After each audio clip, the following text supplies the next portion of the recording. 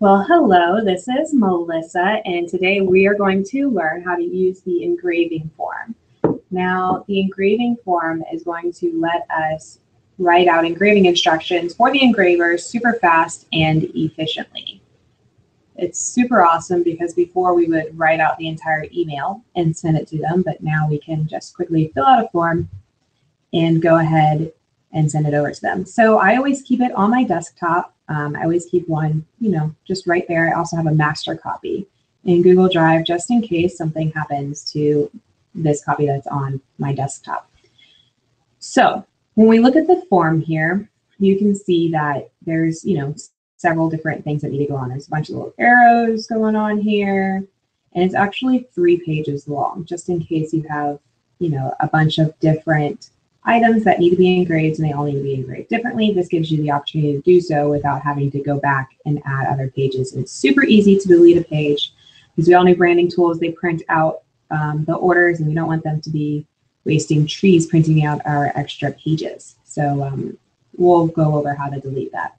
So I have my order form over here to the left, and this is an order form that we've already sent instructions for, but I wanted to go ahead and show it to you and use one that I knew was going to be nice and easy. So initially, this needed a proof. I've already gotten it, obviously, so I'm going to show you how to add proofs to the order as well in case you already have them, but I'm going to request these instructions as the instructions originally requested, which means we're going to request a proof. So first things first, we want to go ahead and put in the order number for this order. On our order form, you can see it's in the top left-hand corner, so we're just going to go ahead and type that in. And when you go to any of these sections, so anytime something asks for something, a text box will pop up for you to go ahead and enter that into. We usually just use the last name. It's not a reorder, so you don't have to worry about referring to any other order number, but if it was, you would just hit yes, and then you would put in the order number of whatever previous order it was. And sometimes I'll put and do the same engraving. If it's the same, that way that's just a double occurrence as to, hey, it needs to be the same as last time, and if anything's different, they'll know that they don't have to do anything. Anyways, so now I'm going to choose whoever the orders account is under, because when Branding Tools gets them, it comes under the different reps. So we want to make sure it has the correct rep, and then also, since we share different clients, sometimes the expenses are shared with the other reps. So we want to make sure that Branding Tool knows which account they need to charge for the engraving expenses. So you'll see here I have a drop down, and it has several different options. This one is just an Adam and Sarah order, and it is under Adam's account. I know this from the OPT, and here I'll go ahead and bring over the OPT so that you can see exactly where to find that. So if I come over here to Moshe Nafisi, here's his order number, and then we can see right here under MVC, oh, looks like it's under Sarah. So we're going to go ahead and change that to Sarah. So we'll just come over here to the drop down, and we'll just select Sarah instead of Adam. So super easy. Again, this is going to reduce a lot of typing. So this particular order needed a proof. So we're going to go ahead and select proof on all pieces. He didn't have a new logo, so we don't need to go ahead and select that, but he did request a proof. Now, we have a policy that for all of Adam and Sarah's orders over $1,000, we need to have insurance on at least a third the CPO. So we can see here that our CPO is $3,200, and this doesn't really need to be exact. So you can just make an estimate and not really be too concerned about being 100% correct, but around a third is about $1,100. So that's how much I'm going to request insurance on this particular order for. So now getting down to the items to be engraved, you can see this is a 10-pay order. So this was the original order form, and this is actually what's going for the first half of that order. So we're going to come over here, and again, little text boxes will go ahead and pop up for the quantities. So we're going to do one culinary companion, So we're going to do quantity of 1. The color is classic. And the item, and you'll see we'll have a drop down. Now this is all of our common items that we will sell to people. Now we can always go back and we can, let's say that they're not getting any of these items, they're getting something crazy. We can always do everything except fill this out. And then when we're done, we can write it in. And again, I'll show you how to do that when we've completed this order. So we're going to go ahead and look for the 1849 right here, culinary companions. We're only getting 1 of those. And we'll see that it says 30 clubmates, but they're actually getting 34 because 4 of them were free. So the engravers, they really need to know which ones were free and which ones weren't. So we're just going to go ahead and add both of those together and hit 34. Again, these are going to be in classic, but these are going to be clubmates. So we're going to look at 3822 and go ahead and put that in there as well. Nothing else on this order is actually going to be engraved with his information. You can see it down here, client info. All of this has the client info. The silver plate actually had something completely separate on it, and I emailed the client for that. So we will also go ahead and put that here in the engraving column because it does need to be engraved. So 1, there isn't a color for it. Now here's the instance where, hey, we don't have a silver plate for this particular item. Now there's 2 options. You can come down to the bottom and you can simply put it in on the bottom because these are all type-ins, again, just in case you have those obscure items.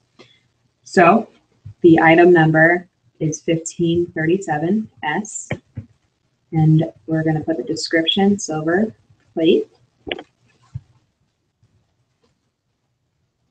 And then you can simply leave it just like that.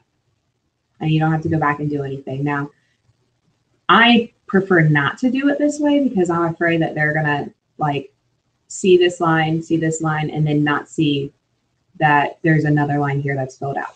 So what I'm gonna do is I'm actually gonna come back when we're done and I'm gonna put that item number right here.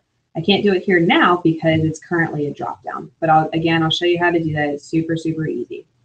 We do not need any boxes for this order, so we'll go ahead and keep this all blank, but I do want to show you exactly how to use it. So let's say we needed 10 2118 boxes on this order. Simply come over to quantity, and again, it's a text box that pops up.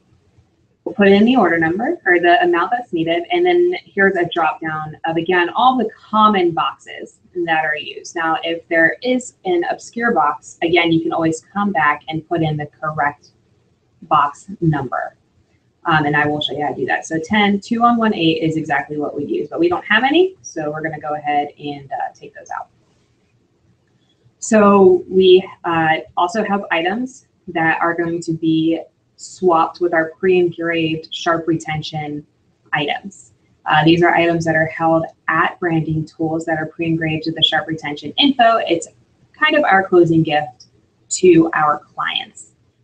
So we only have 1, and it's actually just the shears. So we're going to go ahead and do quantity of 1. It's classic. Now all of these are going to be type-ins. Same thing with the unengraved items.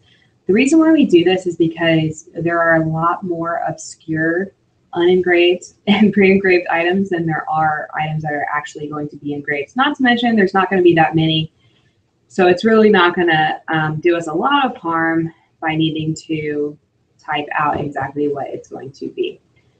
And then the unengraved items, we have 2 table knives.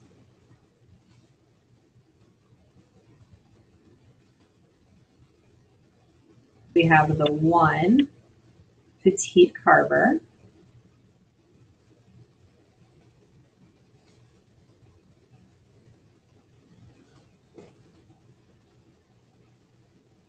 And then we also have the actual block of the homie. Obviously, it's not going to have a color, so we're going to leave that blank. I mean, I guess you could put in red, but I just don't want them to get confused and have to call me. I hate it when anybody has to call me for anything. I would rather everything just go as smoothly as possible. So the less confusion, the better.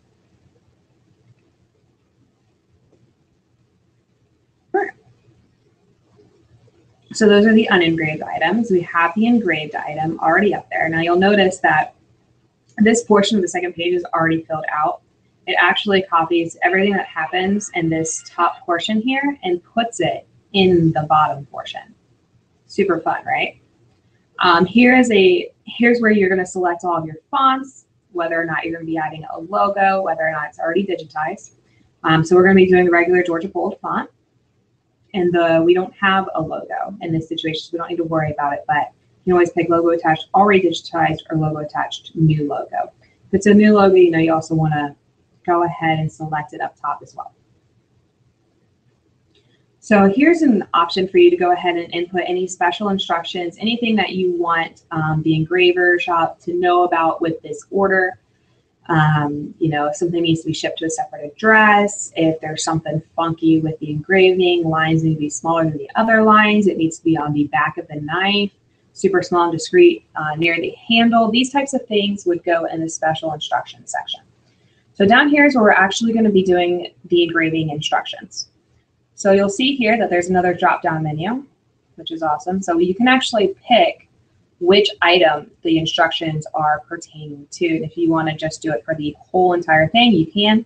If you look over at my order form, I actually have separate engravings for each one. And you'll see one of them is the same for two of them almost. So I'm actually only going to use the one engraving space, because if I can keep this down to 2 pages, that's going to be a little bit easier for everybody. But I am going to go ahead and select the 1768 spreader, and then again, you'll see right down here, there's another space where you can type stuff, and it's actually before you're going to put your engraving instructions in. So right here, I'm just going to put and number 1766 Santoku. Okay.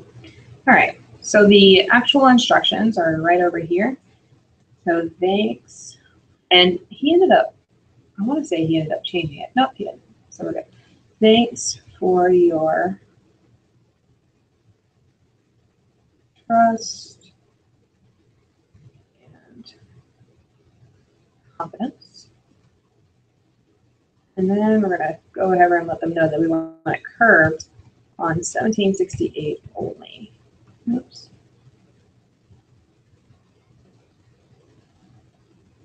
And then his name and the phone number.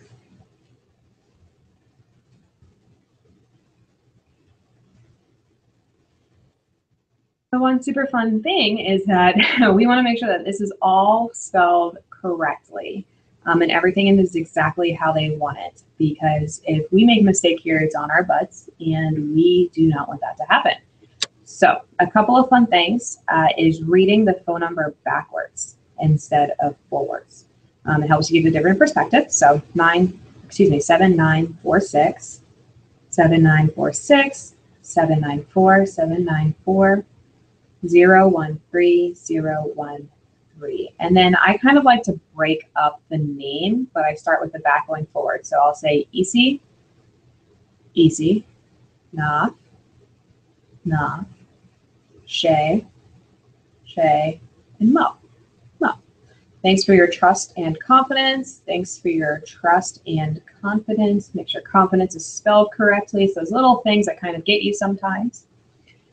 All right, so I'm going to go ahead and take it down just one more. I want it to be a little bit more centered. But anyways, that's how it's going to end up looking in the end. So it says engraving, specialist spreader, and the 1766 Santoku.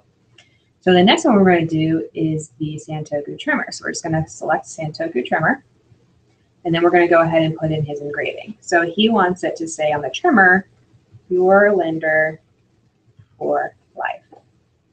Okay, and then because I've already checked the name and number up here, I'm just going to copy it and paste it down to the bottom because I already know it's correct. So why do work twice?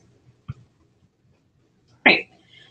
So that looks good. Your lender for life. I'm going to go ahead and check over it just one more time before we go ahead and save it as a PDF to send. So we need proof on all pieces. It's under Sarah's account. The order number is correct. His last name is spelled correctly. One of the culinary companions, 34 of the club mates. One silver plate we're going to come back and put in. The boxes to include, we don't have any. Items to swap with the pre-engraved items are the super shears in classic, and then we have the 2 table knives, 1 petite carver, and then 1 homey block. We're going to do it in the Georgia bold. Thanks for your trust and confidence. Thanks for your trust and confidence. Curved on 1768 only. Motion at Fisi. Phone number. Looks good. And then your lender for life. Fantastic. So after we've checked it, again, we're going to go over here to File, which is up in the upper left-hand corner. And you're going to go down to Export as PDF. Now you can export it as, a JPEG or whatever you want, but we prefer PDF files, so we're going to go ahead and do it that way. And also, because I need to go back in and write some stuff in, I need to open it in Preview. So I want to have it as a PDF. Also, side note, you need to have Preview to use the engraving form correctly. If you're working at Sharp Retention, Preview is already downloaded on your Mac. If not, and you're working in an outside team, then you're going to want to download Preview. It's free from Adobe. So we're going to export as PDF, and it's going to come up here. Now, I entitled it this way because it actually fits in with how we label everything in our system. It's always last name, first name, and then unless it's in order, there's a description as to what it is, and then the order number afterwards. So we're going to go ahead and type Nafisi, Moshe, and then his engraving, or his order number. Now, I always save it to downloads before I save it to Adam and Sarah's engraving file. Reason being, because I like to look at it again. I like to have it in an easy place I can find when I want to look at it again real quick before I send it. And if I put it in the Adam and Sarah's file, I gotta go to Finder and I gotta search for it, which honestly isn't that big of a deal, but it's not as easy as just coming down to the download thing right here and just clicking on the order. So now it comes up, it's no longer a form. As you can see, we can't edit the different text boxes. I can't pull down any of the drop-down windows. It is a filled out, complete PDF form. You see the reset button disappeared. Again, it is no longer a form. So we need to put in the silver plate for the engraving. So there's 2 things that you can do because this is a PDF and it has lines. Sometimes when you go ahead and click on the form with that little, when it has the little text symbol as the mouse, it will go ahead and automatically open up a text box. If it does not do that, you can simply come up to the toolbox, which is at the upper right-handish portion of that window, and you'll have a toolbar that pops up. In the toolbar, you see this big T, and that will open up a text box. And I'm just going to go ahead and use that one. All right. So what we are going to be putting in is the silver plate. So we're doing number 1537S, silver plate. We like consistency, so I'm just going to change the color, put it in there, and bada bang, we are good to roll. So now this is a part of the PDF that they will get at Branding Tools, where it actually has, the silver plate on the order form because it was not in the drop-down menu. And again, I didn't want it on one of the bottom lines. Again, that's kind of your choice.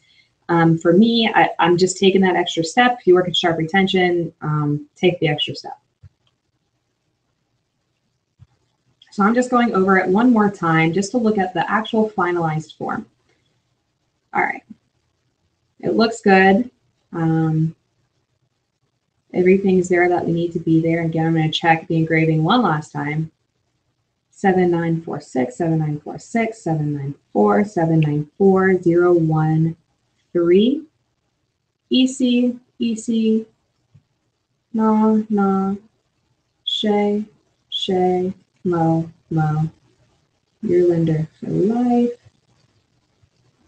Your lender for life. Fantastic. And thanks for your trust and confidence. Curves on 68 only. Perfect. Perfect. So everything looks really good, except that I have this extra page at the bottom. And again, we do not want Branding Tools to be printing out extra pages just because of us. So if you come up here to the upper left-hand corner, there's this little, it looks like a page. and it's a drop-down menu. So you open the menu and you can actually see the thumbnails of all the pages that you have in this PDF. And if you select the last one and just hit delete, it'll go away. Fun stuff, right? So to learn how to add a file into this PDF, so for example, if you have a proof and this is a reorder, then you can simply add it to this file, and when they print it out, it'll all come out at once. You can also add it to the email that this file is going to be attached in that goes to Branding Tools. But I kind of prefer them all to be in one place. That way, when I'm going back through them and they're in Drive, I can just see everything that is sent to Branding Tools all on one PDF. So to add files to your PDF, you want to come over to Edit, and you want to hit Insert, and you're going to do Page from File, unless you wanted to add a blank page or you have something in your scanner you want to scan in. So I know that Moshe already has his proofs. Again, this is an order that I've already sent to Branding Tools and has already been completed, but I'm going to go ahead and search for them anyway, and I'm going to show you how to add them. So I can see that both of his proofs are in the computer. So I'm just going to select both of them and open.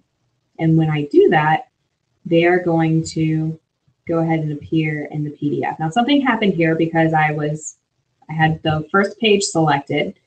The proofs actually came out in the center of my instructions, and I really don't want it like that.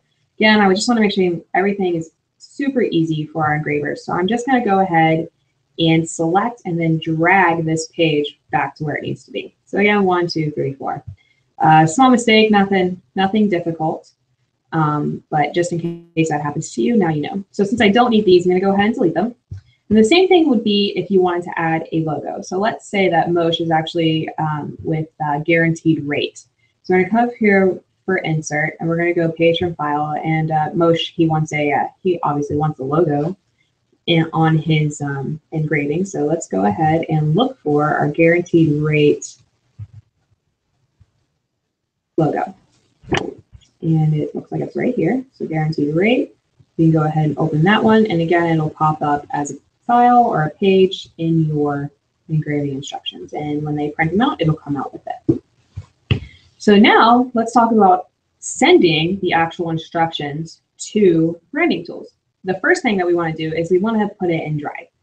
We save everything in Drive so that it's easy. I'm not going to put this in the folder that it's supposed to go into, Engraving Adam and Sarah. Reason being is because I already have this file in that folder, and it's named the same exact thing. Actually, you know what? Let's go ahead and do it right, and I'll just make it different.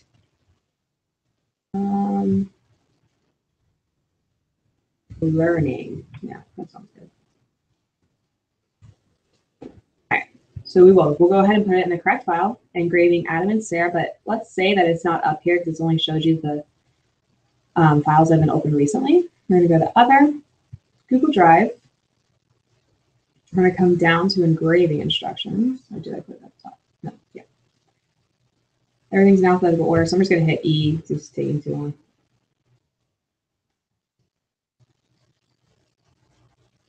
Just kidding. Engraving, sorry. All client orders, engraving instructions. This is an Adam and Sarah order. If it was an Anthony order, we put it in his file. So we're going to go ahead and click that, move on over. So now it's in Adam and Sarah's engraving file. Typically, when we're actually sending it, we really don't need to know where it is, but it does need to be in Drive, and they do need to be under the correct file. So this is the time to do it. So now we're going to go ahead and open up our Gmail. Whatever that might be. There we are. And we're going to compose.